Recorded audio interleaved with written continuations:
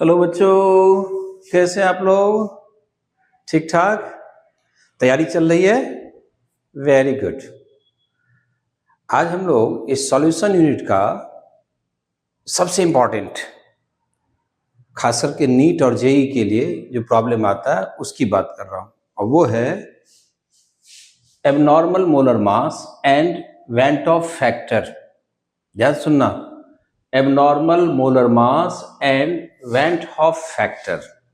इसी से हम लोग निकालेंगे degree of dissociation, degree of association, कई ऑब्जेक्टिव टाइप, एमसीक्यू टाइप के प्रॉब्लम्स बनते हैं। ठीक है, तो स्टार्ट करें। लेकिन अब स्टार्ट करने से पहले अब हमें ये बताओ, एबनॉर्मल का मतलब जानते हो? मतलब जो एबनॉर्मल का मतलब, ऐसे सपोज कि अभी 12:30 हो रहा है, ठीक है, 12:30 अभी हो रहा है दिन के, और कोई यदि टाइम पूछे और आप कह दो कि ये 12:30 नाइट के 12:30 हो रहा है, 12:30 अभी पीएम है, और कोई कह दे ये 12:30 एएम है, तो कितने घंटे का फर्क बता रहा था? 12 आवर्स का। तो इसका मतलब वो जो जवाब दे रहा है वो क्या, एबनॉर्मल है। और 12:30 के यदि हम 12:25 कहें, 12:35 कहते तो ये एबनॉर्मल आंसर नहीं है, एबनॉर्मल वैल्यू नहीं है। एबनॉर्मल का मतलब बहुत ज़्यादा का डिफरेंस हो, राइट? तो उसको कहते हैं हम लोग कौन से, एबनॉर्मल। ऐसे ही कई ऐसे सब्सटेंस हैं जो पर्टिकुलर सॉल्वेंट में उसका मोलर मास क्या होता है, एबनॉर्मल दिखता है। ठीक है, जैसे कुछ पहले एग्जांपल लेते हैं तब इसकी डेफिनेशन बताऊंगा। सपोज एक एग्जांपल, एबनॉर्मल मोलर मास को पहले समझा रहा हूं। एबनॉर्मल मोलर मास ये क्या होता है, पहले ये सीखें, उसके बाद फिर हम आगे की बात करेंगे। Abnormal molar mass, suppose benzoic acid C6H5COOH, ये है बेंजोइक एसिड। कोई भी कार्बोक्सिलिक एसिड ले, इथेनोइक एसिड ले, प्रोपेनोइक, कोई भी, हमने ले लिया बेंजोइक एसिड। अब इसको यदि आपने नॉन पोलर सॉल्वेंट में रखा, जिस सॉल्वेंट की डाइलेक्ट्रिक कांस्टेंट कम है, जैसे इसको आप रखें बेंजीन में, या कार्बन टेट्राक्लोराइड में रखो, या फिर कार्बन डाइसल्फाइड में रखें, एक्सेट्रा, ऐसे सॉल्वेंट जिसकी डाइलेक्ट्रिक कांस्टेंट कम है, जैसे ही रखोगे इसके दो मॉलिक्यूल यूनाइट हो जाता है थ्रू हाइड्रोजन बॉन्डिंग। कैसे? तो यहां देखें, C6H5COOH, और फिर CO, ठीक है, यहां लिख लें C6H5, और यहां लिख लो O, और यहां और थोड़ा रखें ताकि आपको हाइड्रोजन बॉन्डिंग दिखाई दे, CO, ठीक है, और यहां लिख दिया COH। देखो दो मॉलिक्यूल, यहां भी हाइड्रोजन बॉन्ड बनेगा और यहां भी हाइड्रोजन बॉन्ड बन जाएगा। क्यों? तो पार्शियल नेगेटिव पार्शियल पॉजिटिव, फिर पॉजिटिव नेगेटिव। तो कार्बोक्सिलिक एसिड ग्रुप जो है वो आपस में इंटरमॉलिक्यूलर हाइड्रोजन बॉन्ड बना लिया। This is intermolecular hydrogen bond, intermolecular hydrogen bond. और यहां जो पहले अकेले था एक मॉलिक्यूल, अब ये कितने मॉलिक्यूल यूनाइट हुआ? दो, यानी डाइमर फॉर्म में आ गया। This is in the form of dimer, ठीक है, यानी इसका फॉर्मूला होगा C6H5COOH का होल ट्वाइस, डाइमर हुआ, डाइमेराइज हुआ, दो मॉलिक्यूल एसोसिएट हुआ। अब बताओ, जब बेंजोइक एसिड का कैलकुलेटेड मोलर मास निकालेंगे, calculated molar mass of C6H5COH, देखना तो कितना होगा, कार्बन कितना हो गया 7, तो 7 × 12, हाइड्रोजन कितना है 6, तो कितना 6 × 1, ओके, और ऑक्सीजन कितने 2, तो लिखेंगे कितना 2 × कितना 16। देखो 7 कार्बन था, हो गया, 6 हाइड्रोजन था और 2 ऑक्सीजन, तो टोटल कितना हो गया ये 84, ये होगा 6 और ये हो गया 32। ऐड कर दो, 90 हो गया, 90 में 32 ऐड कर दोगे कितना हो जाएगा 122 ग्राम पर मोल। मतलब इसका कैलकुलेटेड मोलर मास कितना होता है? 122 ग्राम पर मोल। ठीक है। और ऑब्जर्व मोलर मास, जब बेंजीन में आप इसको रखेंगे तो इसका फॉर्मूला C6H5COH नहीं होगा, बल्कि इसका क्या होगा? होल ट्वाइस होगा। एंड ऑब्जर्व्ड मतलब एक्सपेरिमेंटल, ऑब्जर्व्ड मोलर मास, ठीक है, of benzoic acid in benzene C6H6 या फिर जो भी है CH2CCl4, मतलब नॉन पोलर सॉल्वेंट जिसके डाइलेक्ट्रिक कांस्टेंट कम है, इक्वल टू हो जाएगा 122 इंटू 2। क्यों? तो ये किस फॉर्म मिलता है? डाइमर के फॉर्म में, 2 मॉलिक्यूल एसोसिएट हो गया, यानी इसका कितना होगा? 244 ग्राम पर मोल। अब आप बताओ, इसके मोलर मास थे 120, होना चाहिए कितना? 122, लेकिन ऑब्जर्व वैल्यू कितना देखते हैं हम लोग? 244। यानी इसका मोलर मास जो ऑब्जर्व वैल्यू है, एक्चुअल वैल्यू जो एक्सपेरिमेंटल वैल्यू है, वो कैलकुलेटेड वैल्यू से जस्ट क्या है? डबल है। हम कहेंगे कि इस बेंजोइक एसिड का मोलर मास बेंजीन में जब कैलकुलेट करते हैं तो इसको हम लोग नॉर्मल मोलर मास नहीं कहेंगे, क्या कहेंगे? ऑब्जर्व मोलर मास, या कहते हैं एबनॉर्मल मोलर मास। जो एक्सपेरिमेंटल वैल्यू वो बिल्कुल क्या है? एबनॉर्मल है, बहुत ज्यादा का डिफरेंस है, जस्ट 2 टाइम्स। तो इस ऐसी केस में यदि जब भी कोई कंपाउंड एसोसिएट हो जाए तो उसका मोलर मास क्या हो जाता है? एबनॉर्मल। ठीक है। सिमिलरली एक और एग्जांपल देते हैं हम लोग। सिमिलरली कि यदि हम ये लेके चलें सोडियम क्लोराइड, चलो सोडियम क्लोराइड की बात कर लें। सोडियम क्लोराइड की बात करो तो सोडियम क्लोराइड का कैलकुलेटेड मोलर मास कितना होगा? कैलकुलेट कर ले। देखो, सोडियम 23 और क्लोरीन 35.5, कितना हो जाएगा? 58.5 ग्राम पर मोल। लेकिन इसी सोडियम क्लोराइड को आप पानी में डाल दो तो एक पार्टिकल डालो, 1 मोल डालोगे तो 2 मोल मिलेगा। कैसे? यहां देखना, but sodium chloride in water, इसको आप एक्वस मीडियम में रखें तो आपको क्या मिलता है? सोडियम आयन और क्लोराइड आयन। अब इतनी ज्यादा पानी में डाला कि इसके बीच इंटरआयनिक फोर्स को नेग्लेक्ट कर देते हैं, दोनों अलग अलग है, बेयर आयंस होंगे, सोडियम आयन, क्लोराइड आयन। अब ये 1 मोल है, ठीक है। अब ये इसके 1 मोल जब डिसोसिएट हो जाएंगे तो ये भी कितना बन जाएगा? 1 मोल। ये कितना बनेगा? 1 मोल। अब 1 मोल का मास कितना था बताओ? 1 मोल मास तो कंजर्व रहेगा, कितना? 58.5 ग्राम। 58.5 ग्राम। अब इसके 2 मोल का मास कितना होगा? 1 + 1 2 मोल का मास कितना हो जाएगा? 58.5। मास तो कंजर्व रहेगा ना, मास तो बराबर रहेगा। इसलिए हम सोडियम, या हम कहेंगे कि इसको जैसे पानी में डालने तो इसका molar mass, observed molar mass just half हो जाएगा। Observed molar mass equal to 58.5 divided by 2, यानी कितना होगा? 29.25। अब आप देखो, कैलकुलेटेड मास इतना था, ऑब्जर्व मोलर मास इतना है, जस्ट हाफ हो गया। इसका मतलब ये मास कौन सा होगा? एबनॉर्मल। अब एबनॉर्मल हुआ, ये समझ में आ गया होगा, किसके कारण? तो डिसोसिएशन के कारण। यहां एबनॉर्मल हुआ किसके कारण? एसोसिएशन के कारण। मतलब जब भी कोई कंपाउंड किसी पर्टिकुलर सॉल्वेंट में एसोसिएट होता है या डिसोसिएट होता है तो उसका जो मोलर मास होता है वो क्या होता है? एबनॉर्मल। अब समझ में आ गया? Yes, no? Very good. तो इसकी डेफिनेशन अब बता देता हूं, दोनों को पहले हमने समझा दिया। अब एबनॉर्मल मोलर मास का डेफिनेशन बताएंगे आप ऐसे कि जब किसी कंपाउंड का ऑब्जर्व मोलर मास और कैलकुलेटेड मोलर मास में बहुत ज्यादा का डिफरेंस हो, हम उस कंपाउंड का मोलर मास क्या कहते हैं? कि उसका मोलर मास क्या होगा? एबनॉर्मल होगा। नॉर्मल की जगह क्या होगा? Abnormal.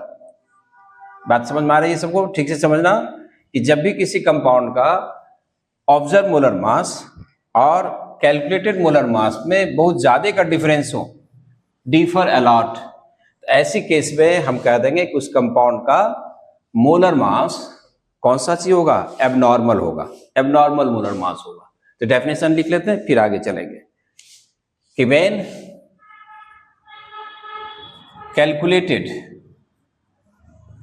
calculated molar mass and observed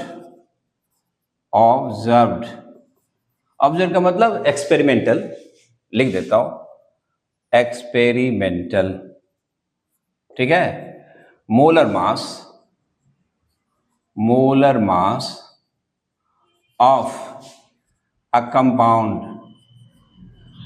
differ a lot, बहुत ज्यादा का फर्क, डिफर अलॉट, डबल हो जाए, ट्रिपल हो जाए, हाफ हो जाए, 1/3 हो जाए, ठीक है। Then observe molar mass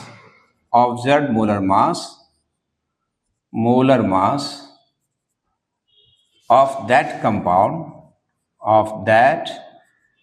compound is called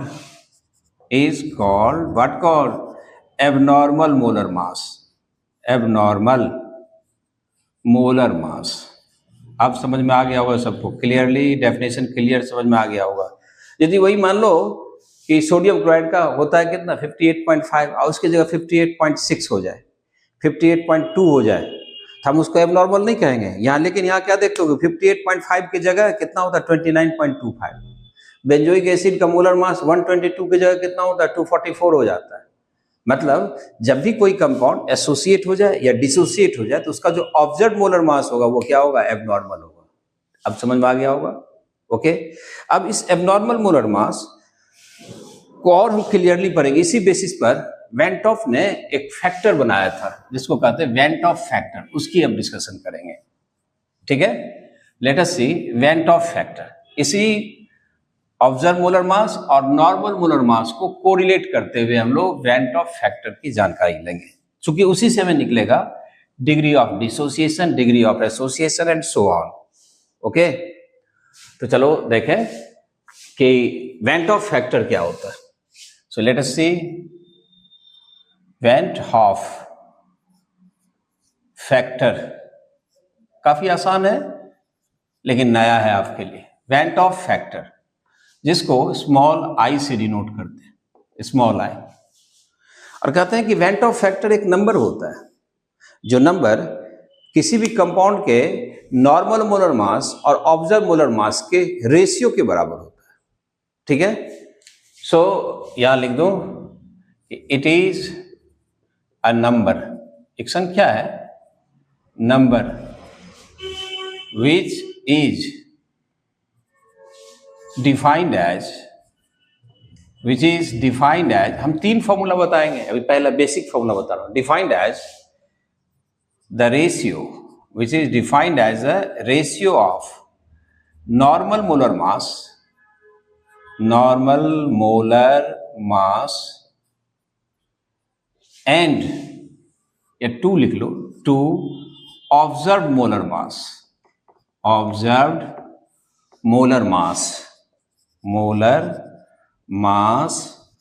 of a compound, किसी कंपाउंड का नॉर्मल मोलर मास और ऑब्जर्व मोलर मास का जो रेशियो होता है उसी को क्या कहते हैं, वेंट ऑफ फैक्टर कहते हैं। बहुत आसान है, यानी लिखेंगे I इक्वल टू, आई का मतलब van't Hoff factor, equal to normal molar मास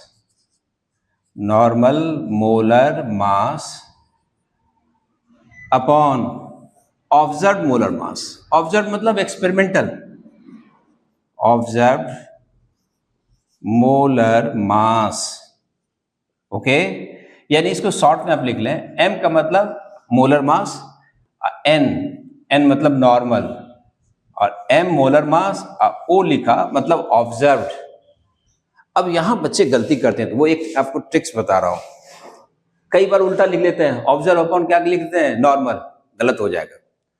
कैसे याद रखोगे, तो अल्फाबेट तो सबको पता है, ABCD से लेके Z था, तो पहले कौन आता है, N, और उसके बाद आता है MNO, तो इसलिए N को रखना ऊपर और O को रखना नीचे, ताकि याद रहेगा आपको। याद रखने का ट्रिक्स दे दिया, MN/MO हो गया, या इसी को एक्सपेरिमेंटल भी लिख लेते हैं। इतनी बात समझ में आ गया, एक फॉर्मूला। दूसरा, हम सबने पढ़ा था कि कॉलीगेटिव प्रॉपर्टी किस पर डिपेंड करता है? नंबर ऑफ मोल पर। और नंबर ऑफ मोल किस पर डिपेंड करेगा? मास पर और मोलर मास पर। मान लो कि कई सब्सटेंस है, मास आपने इक्वल रखा, लेकिन मोलर मास तो अलग अलग होगा। तो मोलर मास जब ज्यादा हो जाता है तो मोल्स क्या होते हैं? कम होते हैं। यानी कॉलीगेटिव प्रॉपर्टी जो होगा वो मोलर मास का इनवर्सली रिलेशन होगा, रिलेटेड होगा। यहां लिखते हैं कि since colligative properties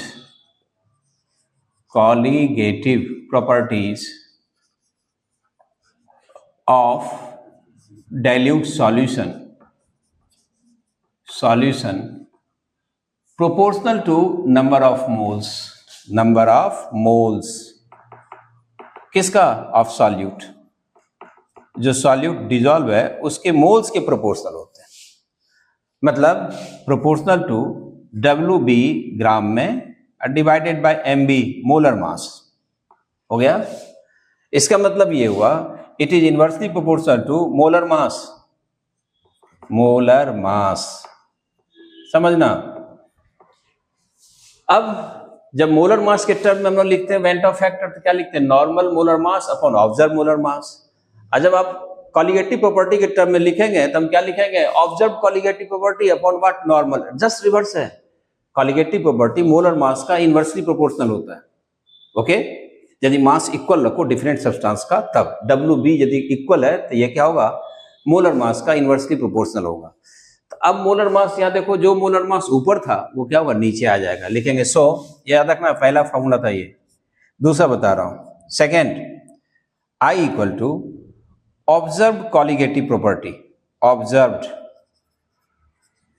colligative property. अब आपको कॉलीगेटिव प्रॉपर्टी क्या? तो relative lowering in vapour pressure, elevation in boiling point temperature, depression in freezing point and osmotic pressure. उसी की बात कर रहा हूं। कॉलीगेटिव प्रॉपर्टीज, कभी गलती नहीं होगी, एक सही रहेगा, अपने आप सब डिराइव कर लोगे। Properties divided by normal colligative property. Normal colligative properties, normal colligative properties, इससे आप डिवाइड कर दें, आपको मिल जाएगा वेंट ऑफ फैक्टर। इसलिए अब यहां समझना, जब एक्चुअल कॉलीगेटिव प्रॉपर्टी, मान लो एक्चुअल डेल्टा टीवी निकालनी है, तो क्या लिखेंगे हम लोग? सो ऑब्जर्व्ड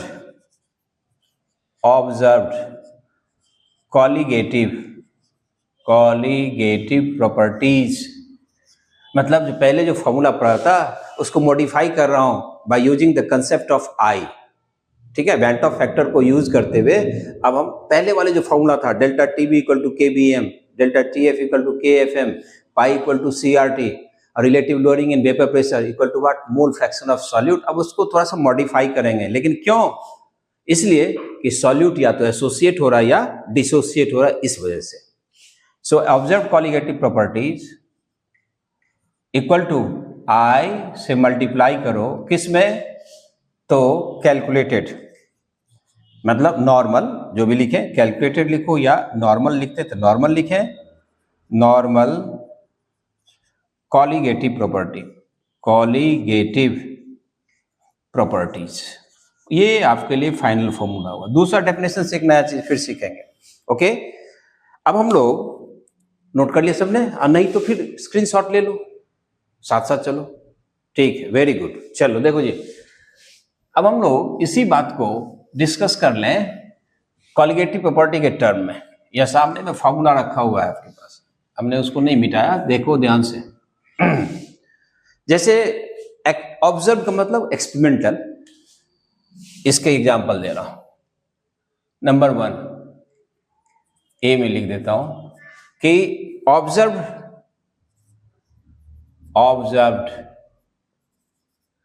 कौन? Relative lowering in vapour pressure, relative lowering in vapour pressure equal to, पहले क्या पढ़ते थे? इक्वल टू काई बी पढ़ते थे, लेकिन अब क्या करेंगे? आई से मल्टीप्लाई कर देंगे। I into mole fraction of solute, I chi B. दूसरा, observed elevation in boiling point, elevation या ऑब्जर्व डेल्टा टीवी लिख लो ना, ऑब्जर्व डेल्टा टीबी। पहले क्या पढ़ते थे, delta TB equal to KBM, लेकिन अब आप क्या पढ़ेंगे, I into KBM, KB into M. याद रखते चलना, आई से मल्टीप्लाई कर रहे हैं बैंड ऑफ फैक्टर से। यहां देखो formula, observe colligative property equal to I into normal, तो नॉर्मल तो यही था केबीएम, केएफएम, काई बी और सीआरटी। अब उसमें आई से मल्टीप्लाई कर देंगे। तीसरी बात, observed delta TF equal to I into K F M. बाकी सब बात वही होगा, केवल आई से मल्टीप्लाई कर दो। और डी तीसरा हो जाएगा, व्हाट, थर्ड होगा observed pi, observed pi osmotic pressure equal to, पहले क्या पढ़े थे, सीआरटी, अब पढ़ोगे ICRT.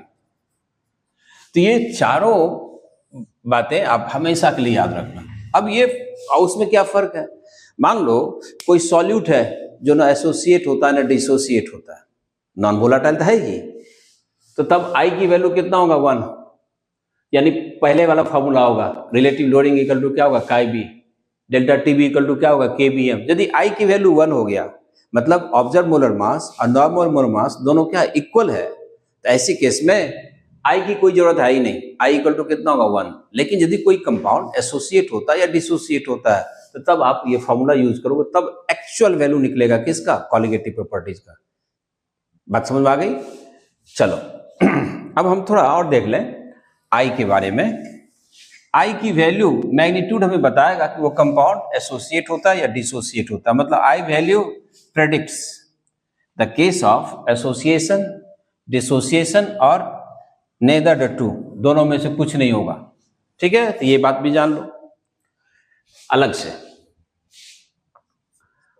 If van't Hoff factor I equal to 1, यहां से लेके चले, आई 1 कब होगा, तो calculated molar mass, observe molar मास दोनों क्या होगा, इक्वल होगा, हैं, आई इक्वल टू 1। जब दोनों बराबर है, देन यहां लिख देते हैं M N normal molar mass equal to what, observe molar mass, MO। सो इस केस में उस कंपाउंड का न तो एसोसिएशन होगा ना dissociation, so neither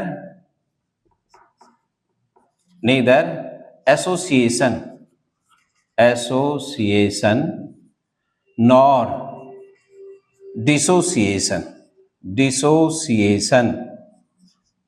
of solute occurs. कुछ नहीं होता है, ना एसोसिएशन होगा ना डिसोसिएशन होगा। आई की वैल्यू यदि 1 हो जाए, normal molar mass observe molar मास बराबर है, इसका मतलब क्या हो रहा है, ना एसोसिएट हो रहा है ना डिसोसिएट हो रहा है। ठीक है, तो पुराना फॉर्मूला यूज करेंगे, डेल्टा टी इक्वल टू क्या लिखेंगे, KBM, delta TF equal to KFM, pi equal to CRT, RLBP equal to what, chi B. I से मल्टीप्लाई करना ही नहीं, क्यों, तो आई की वैल्यू कितना हो जाएगा, 1। दूसरी बात, ये सारी पॉइंट याद रखना, if I is greater than 1, I की वैल्यू 1 से ज्यादा हो। अब आप बताओ आई की वैल्यू 1 से ज्यादा कब होगा, तो आपने पढ़ा I equal to normal mass upon observe. इसका मतलब नॉर्मल ज्यादा है, ऑब्जर्व क्या कम है, और नॉर्मल ज्यादा ऑब्जर्व कम कब होता है, तो जब डिसोसिएशन होता है। यानी देन यूं लिखें कि mn normal molar mass is higher than observe molar mass. So इस केस में क्या होगा,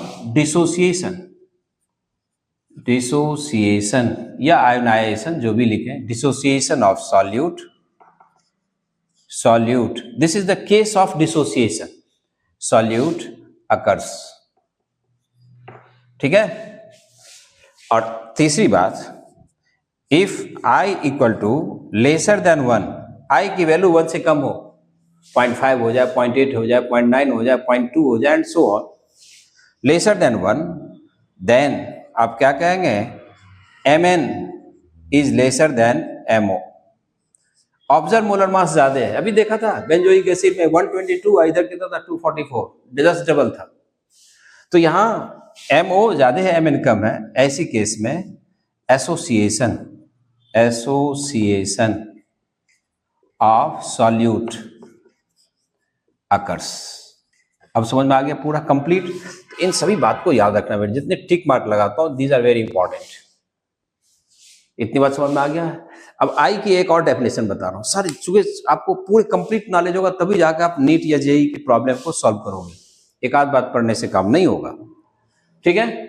एक और तीसरी बात बता रहा हूं, आई की डेफिनेशन कहते हैं क्या, number of moles of ions after dissociation या एसोसिएशन। जब आपने सॉल्यूशन बना लिया तो उसमें डिसोसिएशन या एसोसिएशन के बाद जो आइंस है उसकी संख्या divided by number of ions, है ना, number of moles of ions present before association और डिसोसिएशन। एसोसिएशन डिसोसिएशन पहले कितने थे। तीसरी बात एक और बता रहा हूं, I is also called ratio of number of moles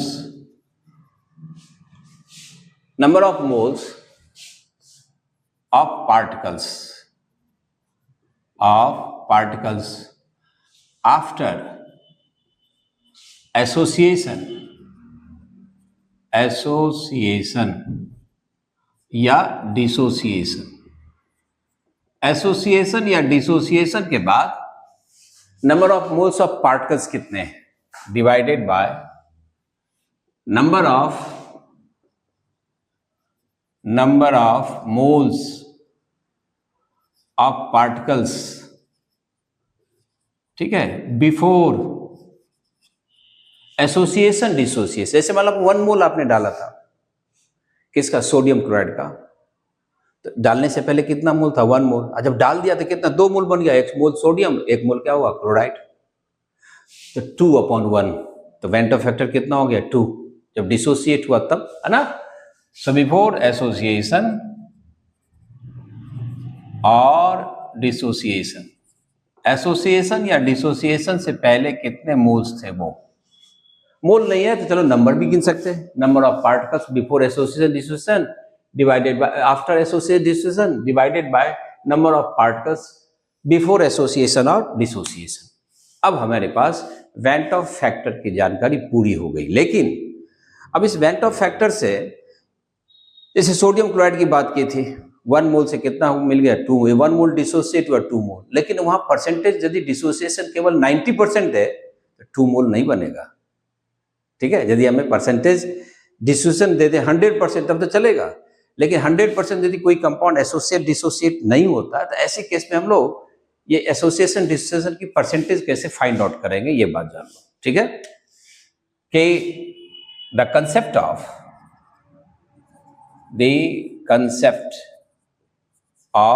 went Hoff factor मतलब I gives the concept of Van't Hoff factor I gives the knowledge about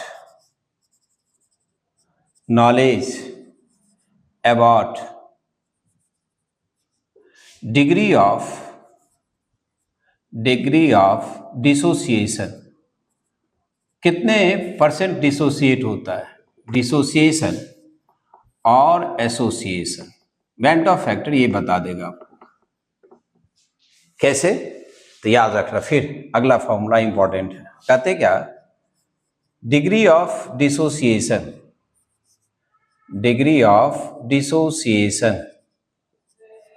equal to होता है I-1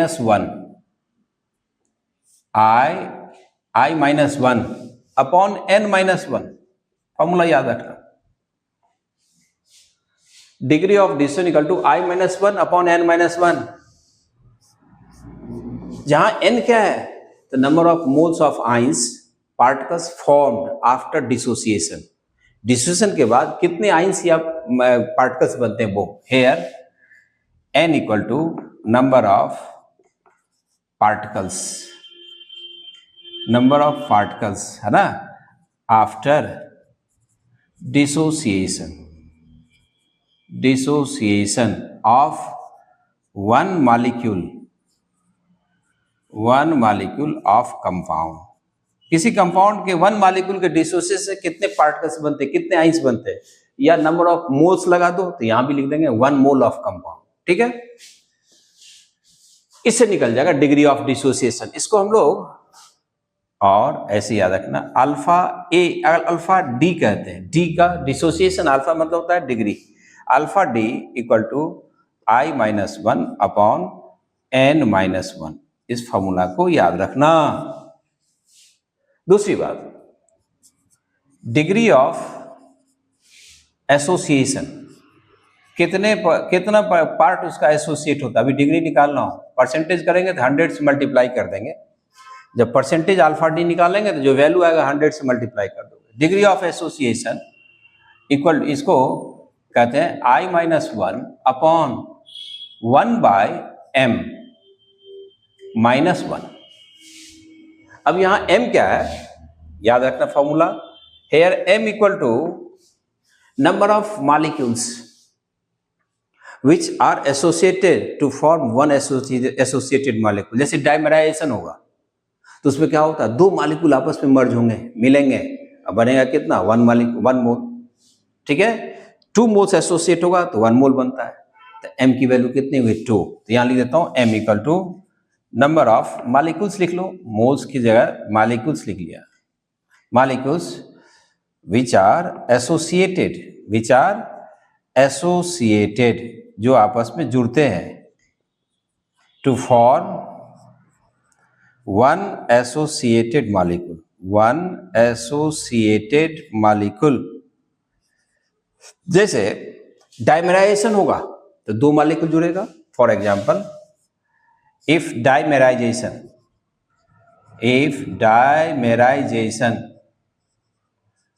देन m की वैल्यू कितना होगा 2। If trimerization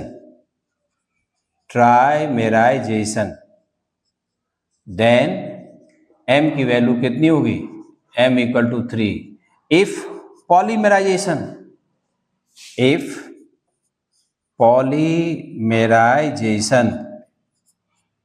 then m की value कितना मान लेते हैं x, मतलब x मॉलिक्यूल्स आपस में यूनाइट होता है तो पॉलीमर बन गया। n नहीं लिख रहा हूं कि कंफ्यूजन हो जाएगा इस वजह से, यानी यहां निकल गया alpha A degree of association equal to, यही फॉर्मूला लिख लेते हैं, i minus one upon 1 by m minus one, this is the formula, like this one. हो गया, तो इतनी बात में पढ़ना था, एबनॉर्मल मोलर मास और वेंट ऑफ फैक्टर। अब इस पर एक दो प्रॉब्लम कर लेते हैं, एक प्रॉब्लम कर ले ताकि हमें ये जो वेंट ऑफ फैक्टर है या कॉलिगेटिव प्रॉपर्टी है इसका रियल कंसेप्ट मिल जाए। तो मैं एनसीईआरटी लेके इसी से दिखा रहा हूँ, एक एग्जांपल लेके चलते हैं, इससे आप पूरी बात समझ। लेकिन मैं तो एक आध प्रॉब्लम बताऊंगा, आपका काम है कि एनसीईआरटी के सारे प्रॉब्लम कर लो। यदि आप चाहते हो कि आपके पास कंप्लीट नॉलेज हो, सही नॉलेज हो, तो आपको ईच एंड एवरी प्रॉब्लम को अटेम्प्ट करना, जो नहीं होता उसके लिए हम यहाँ बैठे हुए, ठीक है। तो चलो एक प्रॉब्लम दे देता हूँ इसी बात को समझाने के लिए। मिटा दें क्या आप लोगों ने लिख लिया सबने? चलो वेरी गुड, ऐसे जवाब देते रहे, बहुत अच्छा। और जो नहीं आता है, जो बच्चे YouTube के थ्रू पढ़ रहे हो, वो अपनी प्रॉब्लम को, मैं बार बार कह रहा हूँ, कमेंट सेक्शन में आप प्रॉब्लम को कॉपी करके पेस्ट कर दो। आप अभी पेस्ट करो, अभी आप भेजोगे, आपको तुरंत जवाब मिलेगा, वेट नहीं करना होगा।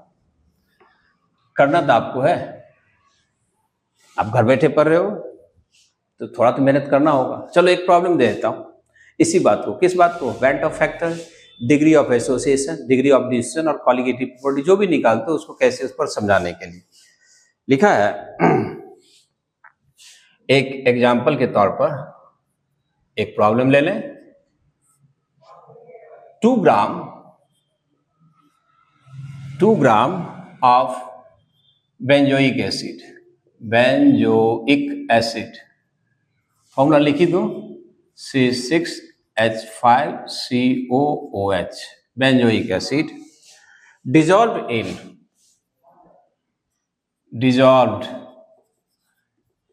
in 25 ग्राम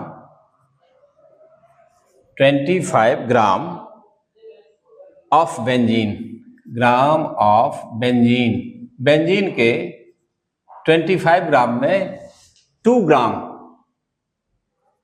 2.0 लिखा है, 2 ग्राम बेंजीन को डाल दिया है इसके कारण shows a depression, जैसे करोगे shows a depression, ठीक है, in freezing point, freezing point का डेप्रेशन शो करता है, इक्वल टू कितना से, equal to 1.6, equal to 1.62 kelvin, इतना का डिप्रेशन हो जाता है फ्रीजिंग पॉइंट में। ओके, और आगे दे रखा है गिवन, मैं यहां सिंबल में लिख देता हूं, गिवन KF, सॉल्वेंट क्या है देखो, benzene, KF of benzene C6H6 की वैल्यू दे रखा है, कितना है 4.9 केल्विन किलोग्राम पर मोल, ये है KF वैल्यू किसका, बेंजीन का दे रखा है। आपसे पूछा गया what is percentage association, what is percentage association of benzoic acid, जो सॉल्यूट था ये कितना परसेंट एसोसिएट होता है, ठीक है। इफ इट, ये भी लिख दिया है, इफ इट फॉर्म्स डाइमर, ये डाइमर बनाता है, हिंट देखो पूरी बात दी हुई है, बस ये क्वेश्चन है, ठीक है, बात समझ में आ गई। इसमें आपके दिया हुआ कि आपने बेंजोइक एसिड का 2 ग्राम 25 ग्राम बेंजीन में डाल दिया, जैसे ही डाल दिया तो इसके फ्रीजिंग पॉइंट में डिप्रेशन हो गया, क्यों, तो नॉन वोलेटाइल सॉल्यूट मिला दिया आपने, और कितना से डिप्रेस हुआ, 1.62 केल्विन से, और इतना ग्राम सॉल्यूट था, और इतना ग्राम क्या हुआ, सॉल्वेंट, WA WB सब दे रखा है। तो आपसे पूछा गया कि आप परसेंटेज निकालो। अब बताओ परसेंटेज एसोसिएशन डिसीजन के लिए हमें क्या चाहिए, वेंट ऑफ फैक्टर चाहिए, आइए ना, और वेंट ऑफ फैक्टर वाला फॉर्मूला यूज करो। जब एसोसिएशन डिसीजन होगा तो डेल्टा TF इक्वल टू क्या लिखेंगे, IKFM। ओके, तो यहां से चलते हैं, पहले हम लोग सॉल्व कैसे करें, यहां जानो। गिवन क्या सब दिया हुआ है बताओ, WB मास ऑफ सॉल्यूट कितना ग्राम है, 2 ग्राम, मास ऑफ सॉल्वेंट जो बेंजीन है उसका मास है 25 ग्राम। पहले प्लानिंग बनाओ, what are given and what is to be calculated. उसके बाद डेल्टा TF भी दे रखा है, delta TF equal to 1.62 kelvin, इतना डिग्री से उसकी फ्रीजिंग पॉइंट कम हो जाता है, इतना केल्विन टेम्परेचर घट जाता है। KF भी दे रखा है, KF molar elevation, molar depression constant किसका, बेंजीन का, 4.9 केल्विन किलोग्राम पर मोल, देख लो दिया हुआ, इतने डेटा है हमारे पास, और हमसे पूछा गया कि बताओ कितना परसेंट एसोसिएट डिस, तो क्या करोगे कि since delta TF equal to IKFM, okay, इसको क्या लिखेंगे हम लोग बताओ, डेल्टा TF की वैल्यू कितना है 1.62, I हमें पता नहीं है, ये निकालना है। KF की वैल्यू कितना है, KF की वैल्यू है कितना 4.9, देखो KF इक्वल टू 4.9। अब मोलिटी कैसे निकालते हैं, number of moles per kg of solvent, तो बताओ नंबर ऑफ मोल्स कैसे निकालोगे, तो मास अपॉन मोलर मास, तो क्या लिखेंगे 2 upon molar mass. Benzoic acid का मोलर मास अभी निकाले थे, कितना निकाला था 122 निकाले थे हम लोग, जैसे पिछले वाले थ्योरी में, तो इसके डिवाइड कर देंगे कितना से 122 से, into 1000 divided bye WA mass of solvent, तो कितना ग्राम है 25 ग्राम, देख लो ये हमारा मोलिटी। जब आप इस सबको सॉल्व करोगे तो आप लिखें 1.62 equal to I into 4.9 into इसको कैंसिल कर लें, 2 इसको कैंसिल कर लो तो 1/61 होगा, इंटू 25 को इससे कर लोगे तो कितना टाइम्स आ जाएगा, 20 टाइम्स करें, कितना टाइम्स करोगे, 40 टाइम्स कर लेते हैं, हो गया, तो ये कितना होगा 40। ओके, सो I की वैल्यू निकालो, I इक्वल टू क्या लिखोगे, मल्टीप्लाई कर ले 1.62 इंटू 61 डिवाइडेड बाय 4.9 इंटू 40, आई की वैल्यू निकालना हो। जब इस सबको सोल्व करते हैं हमें तो हमारे पास आई की वैल्यू आ जाता है कितना आ जाता है, डायरेक्ट निकाल लो। आई इक्वल टू, आई की वैल्यू निकाल लिया तो कितना पॉइंट आ गया, कितना 0.5 इक्वल टू 0.504 आएगा। कैलकुलेट करके देख लेना। दूसरा भी तरीका है, हम डायरेक्ट यहां से मोलर मास निकाल लेंगे, एमबी निकाल लेते हैं। एक और तरीका बता रहा हूं, ये एमबी तो हमने ले लिया इसका कि चलो अभी ये एसोसिएट डिसोसिएट नहीं होता है, तो यहाँ दूसरा एक तरीका ये हुआ। दूसरा बता रहा हूं, यदि मान लो हमें ये पता नहीं, एमबी निकाल लेते हैं, ऑब्जर्व मोलर मास, बाकी सब कुछ है, लेकिन यहाँ हमारे पास आई की वैल्यू बाद में निकालेंगे। तब दूसरा, पहले ये देख लो, और अल्टरनेट मेथड भी बता रहा हूँ। पहले हम लोग क्या करेंगे, यहाँ एमबी निकाल लेंगे, आई को हटा दें, ठीक है, और तब आप डायरेक्ट निकाल लो, ऐसे निकल गया। या फिर एक और तरीका है, ये तो निकल गया आई की वैल्यू, देखो आई की वैल्यू कितना 0.504, और मैं इसी को दूसरे तरीके से बता देता हूँ, एक ही आंसर आएगा। यहाँ देखो क्या होगा, कर ले दूसरा, उसके बाद आगे बढ़ूंगा और अल्टरनेट करके बता दूं। एक ही प्रॉब्लम को आप कई मेथड से कर सकते हो, यहाँ देखना।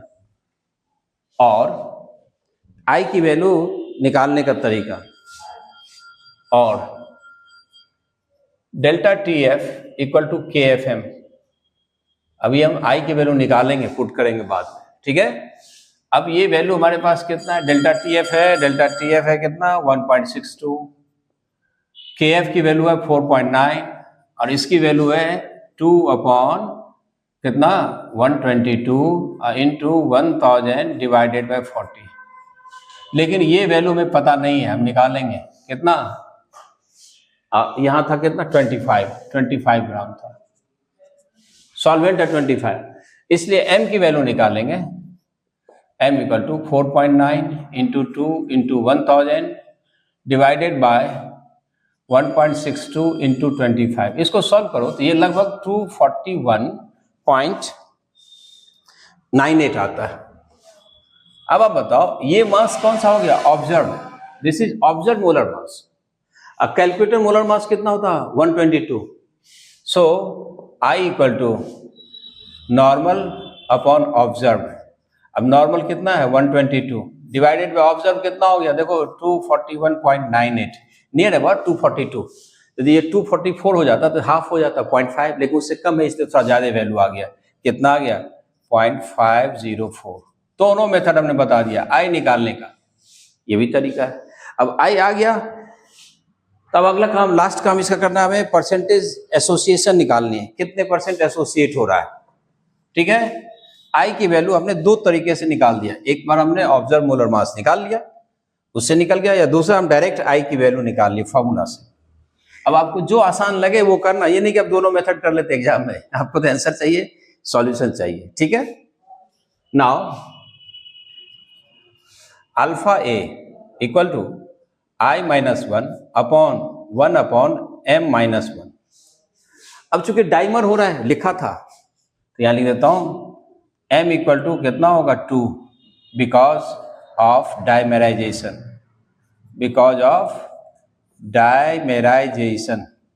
डाइमेराइज होगा तो एम, दो मॉलिक्यूल आपस में यूनाइट होगा, इसलिए हम इसको लिखेंगे, ये कितना था 0.504 माइनस 1 अपॉन 1/2 माइनस 1।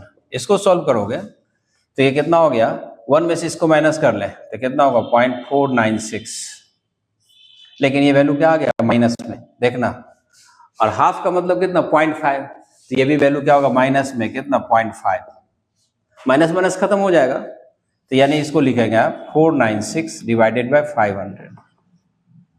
इसको जब सॉल्व करोगे तो ये लगभग 99.9 लिखो, 0.992 आ जाता है। ये कौन सा हुआ अल्फा, इसलिए percentage alpha A equal to 100 से मल्टीप्लाई करो, 0.992 इंटू 100, यानी कितना होगा 99.2% ये एसोसिएट हो रहा, 100% एसोसिएट नहीं हो रहा, 100% एसोसिएट होता तो ये वैल्यू कहाँ गया, ये 0.5 हो जाता। बस आई की वैल्यू कितना होता 0.5, ओके। तो आज के क्लास में हमने अब करना न्यूमेरिकल, बहुत सारे ऑब्जेक्टिव है, एमसीक्यूज हैं पिछले लास्ट नीट का और जेई का। आप इसकी कंसेप्ट तभी मिला, मैं बार बार कहता हूं, जब तक कि आप न्यूमेरिकल नहीं करेंगे। ठीक है, न्यूमेरिकल करो, कंसेप्ट क्लियर होगा, खुश रहोगे आप हमेशा। जब आप समझोगे तो खुश रहोगे। Okay, bye bye. अच्छा भाई, मैं डेली कहता हूँ, अच्छा लगता है आपको, कुछ फायदा हो रहा है, थोड़ा भी फायदा हो रहा है तो अपने फ्रेंड को जरूर शेयर करें, सब्सक्राइब करने के लिए कहें, लाइक करें और मन से पढ़ें। ठीक है।